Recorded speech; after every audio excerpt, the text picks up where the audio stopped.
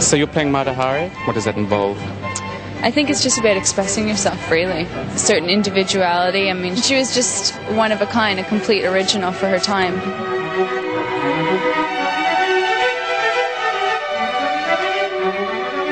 Do you like what John Galliano has done for the couture? I love what John Galliano does. I think he's the most talented, and I think he has poetry.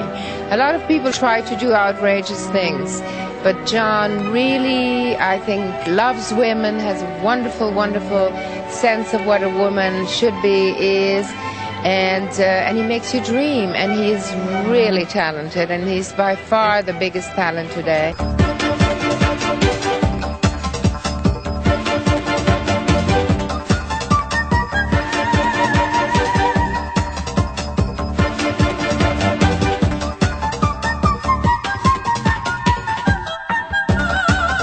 The most triumphant was staged in January 1998 at Paris's Baroque Opera Garnier.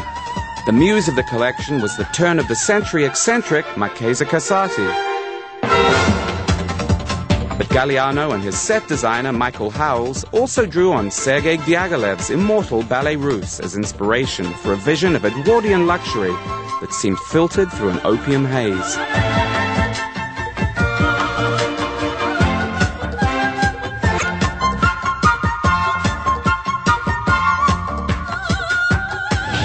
Words to describe that show. Flawless and just beyond creative and imaginative, and it was a dream, and it was energy, and it was beyond fashion too. Oh well, that's the best part of it. It wasn't about fashion, it was about sheer genius.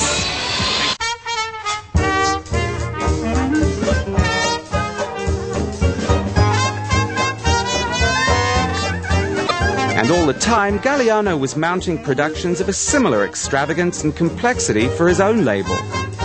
His challenge was to establish distinct personalities for his two responsibilities. Sometimes he met the challenge. Other times, the orgies of bias-cut glamour began to melt together in the mind. But it's fair to say that his own collections were generally darker, more decadent and perverse, with influences ranging from gypsy travelers and punks to whacked-out nightclubbers in the Weimar Republic. Can we just stop the cameras for a minute? It was a Galliano delirium.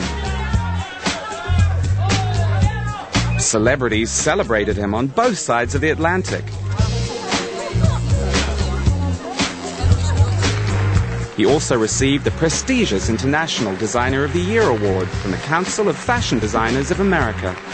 At the end of the 18th century, the English spent great fortunes to keep out wild revolutionary ideas from Paris. At the end of the 20th century, the French were now caught napping. They had been invaded and conquered by wild revolutionary ideas from England. The CFDA salutes London's new Scarlet Pimpernel, John Galliano. Thank you, ladies and gentlemen. But it's a sad fact of life that if you eat a lot of rich food, you'll eventually end up with indigestion. And that happened to Galliano 6 months after his night at the opera. The burgeoning theatricality of his shows was already leaving him open to charges that he was a costumier rather than a couturier. Then he decided to take over a train station in Paris for a convoluted epic that combined Pocahontas and Anne Boleyn, arriving on a steam engine, and, well, let's just say it was hysterical as well as historical. Galliano was clearly in need of a new direction. Now, the response to that collection was a little bit, shall we say, ambiguous. And you were... That's putting it nicely. Well, how would you describe it? It was really interesting. I learned a lot from that collection because, I mean, a lot of people believed in it and what we were doing, and then suddenly it just didn't seem the right thing to do. What I learned from there is that you just got to do what you believe in. But it's a criticism that has been leveled at you, that at some point the clothes become costumes. And it struck a lot of people as very significant that after that show there was definitely a pulling back. After the Pocahontas collection, this Grand Salon was ready. It just seemed right to come back in-house, see the clothes close up, and I thought, oh, it'd be fab to do a smaller presentation.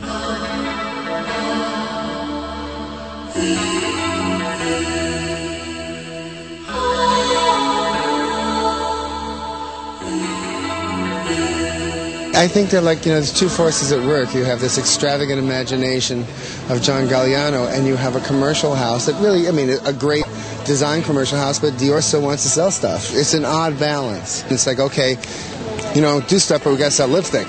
At the time, Galliano's return to the Dior boutique was viewed by critics as a retreat, an impression that wasn't helped by that overtly sellable collection of knitwear.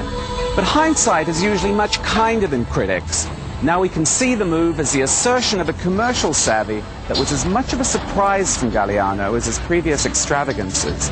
This was the birth of John Galliano, brand master. But did it also coincide with a slight shift in your sensibility that I know I've read that you became more aware of, well, I suppose, the bottom line, in a way? Yeah, you do. I don't have my own stores yet. But Dior has 80. Well, I think it's about 80 worldwide. So I'm very much, I became fascinated with the whole marketing, the merchandising, and seeing your clothes actually sell and who they're selling to and what was shifting and what wasn't. And that was really important to us. At the end, is not art. Fashion is something related with the consumption of a product at the end. So we think it's a business at the end.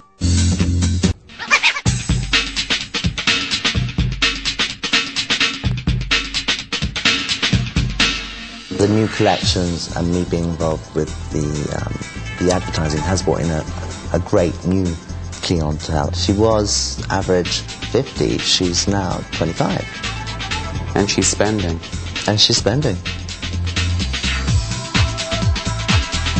With John Galliano designing for Dior now, we certainly brought the new sexiness, the new seduction, much more glamour. In a way, we recreate that new glamour corresponding to younger women, such as Nicole Kidman, Madonna, which are all our clients now.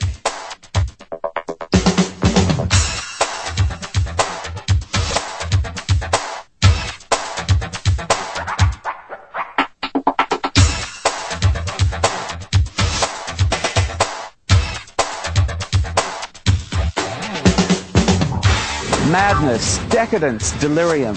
These are the words that have followed Galliano his whole career.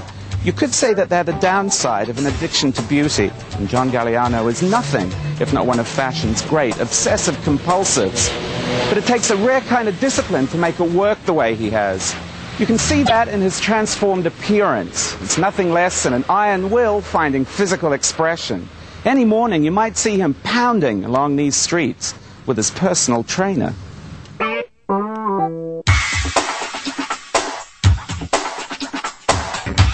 I wasn't eating correctly, I wasn't breathing correct. I was drinking, drinking coffee, all those bad things that I thought, coffee would give me zip, a glass of red wine would help me unwind. Wrong. I was doing it all wrong.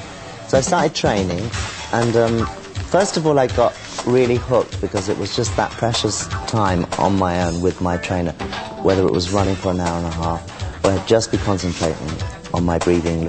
And I'd find solutions to problems without even thinking about it. And I thought, I like this, it was good. And then I got more and more serious, and then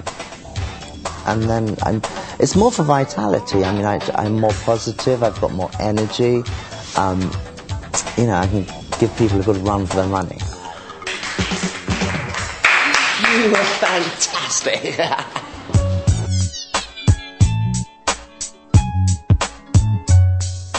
In the past, Galliano's constantly changing image has always embodied the essence of whatever designs he was working on at the time. So if he is radiating raw energy right now, he's just feeling the pulse of his latest collections. Forget the Marquesas, the princesses, the delicacy of the salon. This is all about the funky beat of the street, where Lauryn Hill rules.